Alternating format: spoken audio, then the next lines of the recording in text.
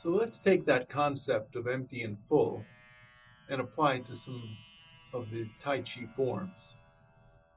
Start at the beginning and we'll do the opening move, and let's see how the concept of empty and full fits into that. So we're standing straight and tall in this Wuji state, the state of emptiness. We clear our minds, we breathe deeply, we relax our bodies, we get into a good posture.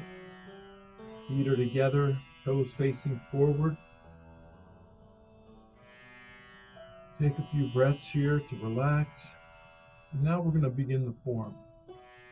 So first thing to do is step out with the feet hip width apart. So we're going to shift the weight to the right and sink into this foot. Bend the knee, pick up the foot, put the foot out here, then move the hips to center the weight between the feet. All right, so let's talk about those movements and why we do what we do in those. So first of all, the feet are together, you're standing straight and tall, you're composing yourself, you're relaxing, you're preparing to play Tai Chi. Then you shift the weight to the right by moving the hips to the right. The weight comes off the left foot. Now, you could keep this knee straight on the right foot and do this. You can put your foot out some distance, but in order to really get your foot out a little wider, you have to sink into this right foot. You got to bend your knee and sink a little bit, and that will allow you to get your foot out wider and a little more comfortably than if you just shift the weight. And I can only put my foot out here because going out here, I can't put my foot on the ground. Then I have to lean into it and fall into that foot. And of course, that's not what we're trying to do. So you think of a right triangle. Here's the base, here's the height, and here's the hypotenuse. And the hypotenuse is our leg. And if we want to get the hypotenuse further out on the base, we have to go lower because the hypotenuse is not going to telescope out. It's going to stay the same length. It's our leg. So in order to get this foot to go out further this way, the base has to come down. So if I was here, the only way to get my tip of my finger out further along my index finger, my right hand, is to go down lower on the thumb. See how that moves that finger out further? So I sink into that right foot, bend the knee, then I pick up the left foot, and I can put my foot out here, and then center the weight.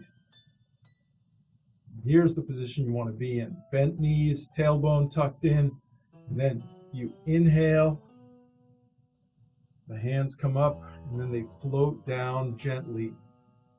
Elbows lead, fingertips trail, palms pushing the cloud down. You get to the dantian and you stop, and now you go this way. So here's where empty and full comes in. So we're going to shift the weight to the right and turn the hips to the right and then go left. Now you don't have to do that. That's what I do because I like this loading up the hips and then using the momentum to send my hands and my weight to the left side. You can just, after you settle the chi, shift the weight to the left, pick up the toes of the right foot, pivot on the right heel as you turn your hips, and then sink back, hold the ball. Now the weight's on my right foot, it's full, the left is empty. I put the heel down, I coil the hips, the weight's still on my right foot. I don't put any weight on this foot until I get that toe facing in the direction that I want it to go in. Then I can shift the weight and execute the move. And of course, that's part Wild Horse's main. The move there is to expand. It's a pung move. You grow. You present these two frames that are rounded and curved and can block any energy that's coming in. You're protecting your groin with the lower hand and protecting your face and head with the upper hand. So I'm going to do that move coming right at you. So from here, settling the chi on the opening move, Shift the weight left, pivot on the right foot, and swing the hands around to hold the ball as you step out, coil, shift the weight, expand, recoil, flare the foot out by turning the hips left, shift the weight to the left, step out to the right, coil, and uncoil.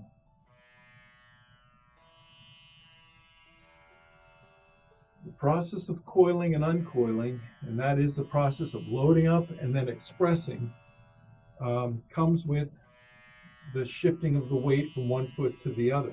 So it's here, coil, weight still on the back leg, shift the weight, uncoil.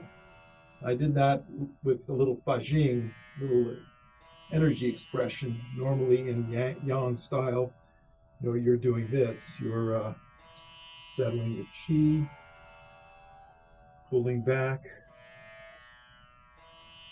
stepping out.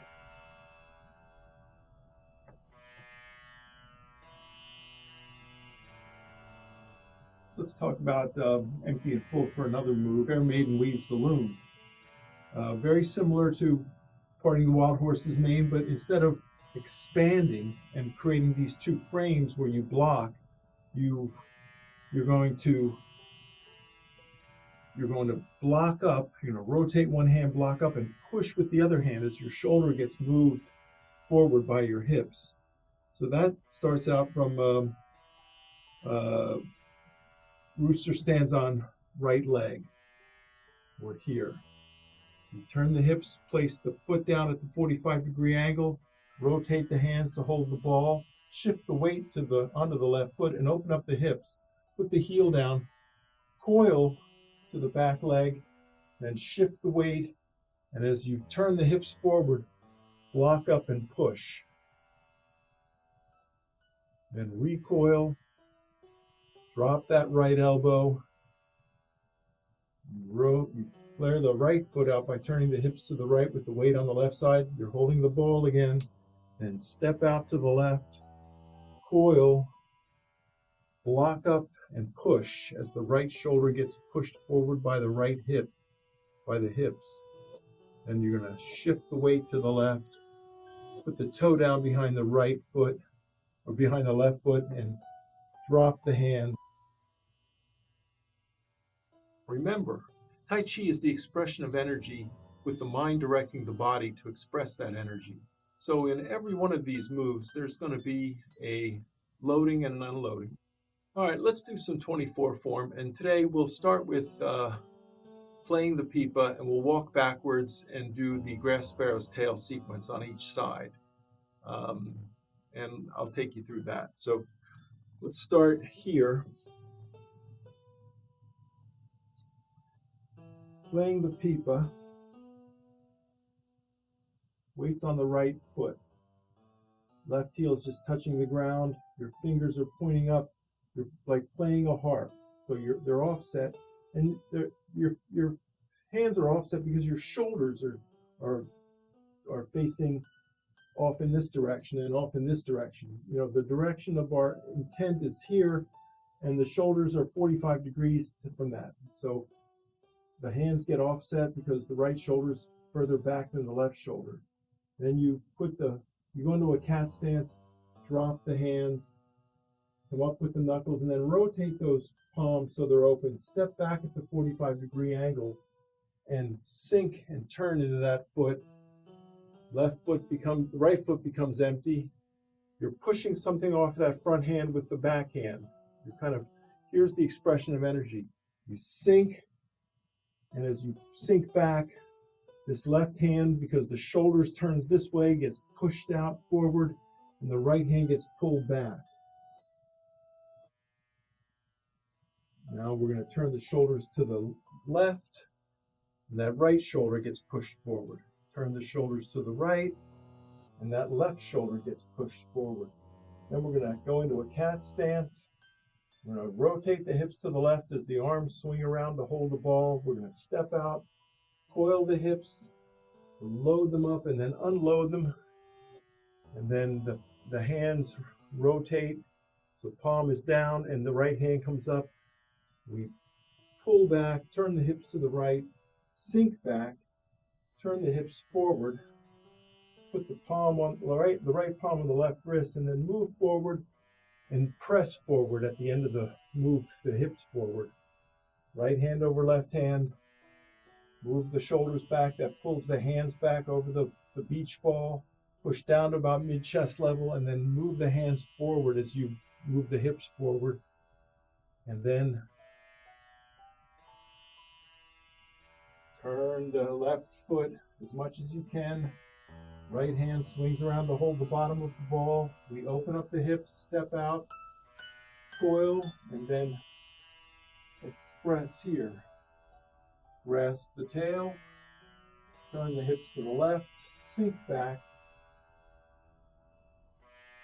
turn the hips forward, move forward, press forward, left hand over right hand, sink back, push down, forward, and the hands move up as you extend. Now, if you want to see that again slowed down, if you go to the settings in YouTube, there's an option there to slow it down 75%, 50%. You can slow it down as pretty slow, and you can kind of see what I do. And you may want to do what I do, or you may find that you solve the problem at hand in the same way I do, but maybe you have a different way of solving that problem. And I encourage you to play with Tai Chi and develop your own style, or do things differently and see where that leads you, and try comparing things that are different and seeing which one is better from one aspect or another. But it gets you to think, and it gets you to move, and it gets you to breathe, and that's what's important, and it keeps you upright. So until I see you again, have a great day and stay upright.